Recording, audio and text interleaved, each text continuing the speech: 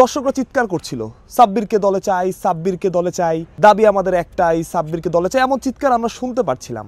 সাব্বিরের fan base অনেক বড়, অনেক মানুষ সাব্বিরকে ফলো করে, অনেক মানুষ সাব্বিরকে ভালোবাসে, সাব্বিরও সেটা জানেন।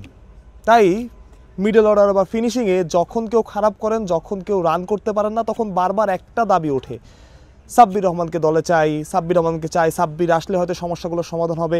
সাব্বির যে ধরনের ক্লিন হিট করেন, যেভাবে খেলেছেন, খুব স্বাভাবিকভাবেই এই জায়গার এই ব্যর্থতায় সাব্বিরের নামটা চলে আসে। দর্শকদের দোষ দিয়ে আসলে লাভ নাই, কারণ এই ফিনিশিংয়ে যারাই খেলেছেন তারাই সফল হতে পারেননি। তাই দর্শকদের মনে পড়ে সাব্বিরের ছক্কাটা, এশিয়া কাপে সাব্বিরের ওই ইনিংস, সাব্বিরের ভালো পারফরমেন্সগুলো, কিংবা বিপিএলে সাব্বিরের চোখে লাগার মতো ইনিংস। সুন্দর একটা ছক্কা 6 রানই হয়, তবে সুন্দর ছক্কাটা চোখে লেগে থাকে, যেটা সাব্বির রহমান মারেন, সাব্বির রহমান মারতে পারে। আরেকজনের কথা আমরা শুনেছি, সৌম্য সরকার।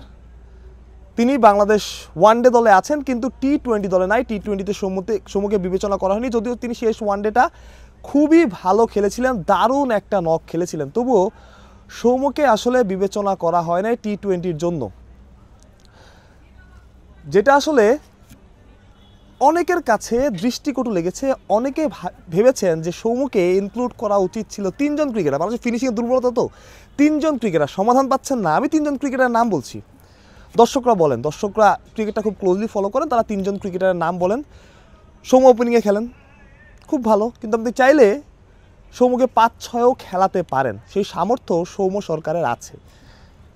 আকবর আলী এনসিএল রংপুরকে চ্যাম্পিয়ন করালেন, নিজেও ব্যাট হাতে পারফর্ম করলেন, তাকে সুযোগটা দিয়ে দেখেন। আপনারা ভুলে গেছেন হয়তো, আমি মনে করিয়ে দিই, আকবর কিন্তু কোনো একটা পাকিস্তান সিরিজে ঘরের মাঠে সেই সিরিজের স্কোয়াডে ডাক পেয়েছিলেন, কিন্তু তার ইন্টারন্যাশনাল ডেবিউটা হয় নাই। তারপরে কোথায়, কেন, কী কারণে আকবর আলী বাদ পড়েছেন, কোনো ম্যাচ না খেলে, আর তার খবরও নাই, বছরের পর বছর পেরিয়ে গেছে, সেটাও আসলে আমার জানা নাই। ফিনিশিংয়ের সমাধান 3 জন ব্যাটার। সৌম্যকে বলতে পারেন, সৌম্য উপর দিকে, যদি উপরের দিকেও হয় তাও আপনি সৌম্যকে খেলাতে পারেন। 3 জন ব্যাটার, সাব্বির রহমান, আপনার আকবর আলীকে চেষ্টা করতে পারেন। আপনার টি-20 ভাইস ক্যাপ্টেন নাই, টি-20 ভাইস ক্যাপ্টেন খুঁজতে আপনার সমস্যা হচ্ছে, কোনো স্থায়ী ভাইস ক্যাপ্টেন নাই। জাকের আলী অনেককে ক্যাপ্টেন্সি দেওয়া হয়েছিল, কিন্তু নিজেও এখন তিনি পারফর্ম করতে পারছেন না। আপনার আকবর আলীকে রাখেন না ব্যাকআপ হিসেবে। লিটন দাস যদি খারাপ, মানে দল কোনো কারণে আল্লাহ না করুক ইনজুরিতে পড়েন, তখন তো আপনি এশিয়া কাপের মতো আকবর আলীকে খেলাতে পারবেন। আকবর তো একবার করা না, বিশ্বকাপ জিতিয়েছে ভাই, তাকে আপনি খেলান। সৌম্য সরকার আছেন, সাব্বির রহমান।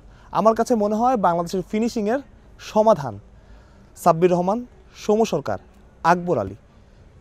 অনেকে আমার সাথে একমত হবেন না, তাতে আসলে আমার আসলে কিছুই করার নেই। তবে আমি বিশ্বাস করি এই 3 জনই বাংলাদেশের ফিনিশিংয়ের সমাধান হতে পারেন, কিন্তু 3 জনে একজনও এখন দলে নাই। চট্টগ্রাম থেকে মাহফুজ প্রত্যয়, বিডি ক্রিক টাইম।